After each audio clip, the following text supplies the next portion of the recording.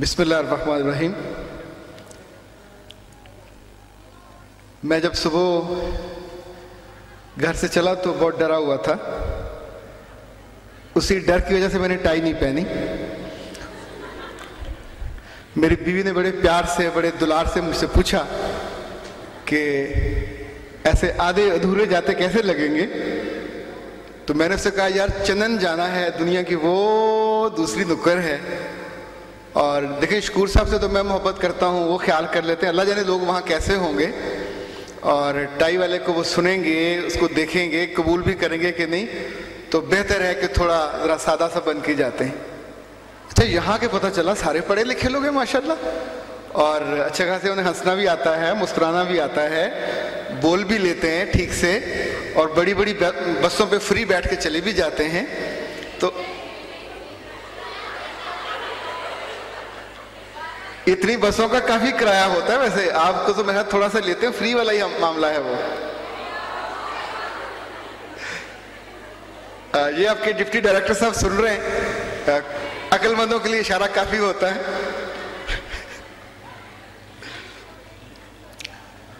اچھا اگر میں آپ سے پوچھوں کہ کوئی مہمان آپ کے پاس آیا ہو اتنی دور سے چل کے،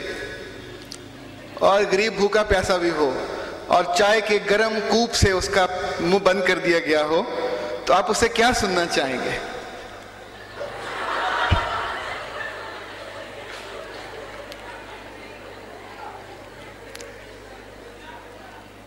چلیں میں آپ کو کچھ سال پیچھے لے چلتا ہوں۔ جب ہم چھوٹے تھے، جو میری بہن تھی بڑی،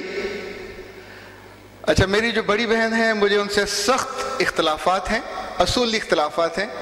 چونکہ اصل میں انہوں نے میری ماں پہ مل مار لیا تھا، اور میری ماں ہمیشہ میری بہن کی طرفدار رہی ہیں، میری طرف ان کی کم توجہ رہی ہے، اور اس وجہ سے میں نے کبھی کہا نہیں، اللہ معاف کرے، بہت ڈر لگتا ہے بہنوں سے بھی ماں سے بھی، دل میں نے ہمیشہ غصہ پال کے رکھا، اس کو میں باقاعدہ تھاپڑ کے اور کرتا رہا کہ ہاں یہ بہن جو ہے ماں کی ساری توجہ۔ آپ اندازہ کریں ماں بیمار ہوئی ہے تو بہن کو پتہ ہے، کہاں سے پتہ چلتا ہے میں آج تک نہیں ٹریس کر پایا، کوئی دل میں کوئی ٹیلی پیتھی ہے، یا ماں کے پاس کوئی خفیہ چیز ایسی تھی، ماں کو کسی چیز کی ضرورت ہے تو اس کو پتہ ہے، اسے پہلے پتہ ہوتا تھا۔ وہ بہاولپور میں تھی، میں لاہور میں تھا، کبھی پتہ نہیں چل پایا۔ نتیجتاً غصہ بڑھتا رہا یہ سوچ کے کہ سارے تحفے یہ لے جاتی ہے، سارے لاڈ یہ لے جاتی ہے، ماں کا جب جی چاہتا اٹھ کے ان کے پاس چلی جاتی، میرے پاس کیوں نہیں آتی؟ بہت سالوں کے بعد پتہ چلا کہ جب آپ کسی کے ساتھ محبت میں ہوتے ہیں تو بنیادی طور پہ اس پہ جو بیتتی ہے وہ آپ پہ بیتنے لگتی ہے۔ اسی لیے سیانے کہتے ہیں کہ بیٹیاں بہت بڑی نعمت ہوتی ہیں۔ اللہ گری کے رحمت کرے، اشفاق صاحب کہتے ہوتے تھے کہ خدا کمینوں کو بیٹیاں نہیں دیتا، بیٹی کو پالنا، بیٹی کو سنبھالنا اٹسل بہت مشکل کام ہے۔ میری 2 بیٹیاں ہیں،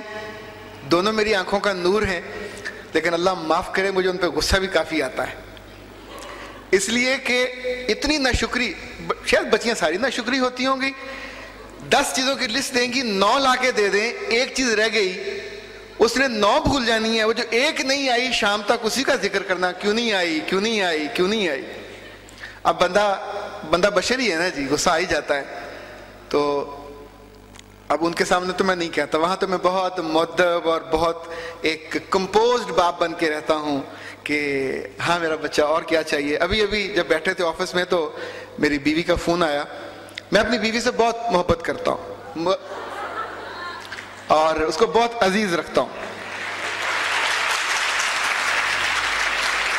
اس معاملے میں تھوڑا سا بہادر ہوں،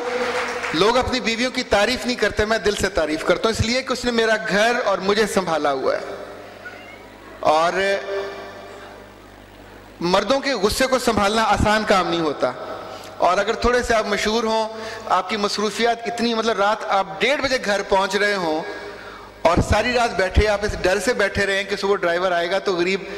بیل دے گا اور بیل نہیں کمرے تک پہنچے گی تو وہ کیا کرے گا، اور صبح تک اس انتظار میں جاگتے رہیں، اور صبح بچے بھی سو رہے ہوں اور آپ ان کو پیار کر کے اور نکل آئیں،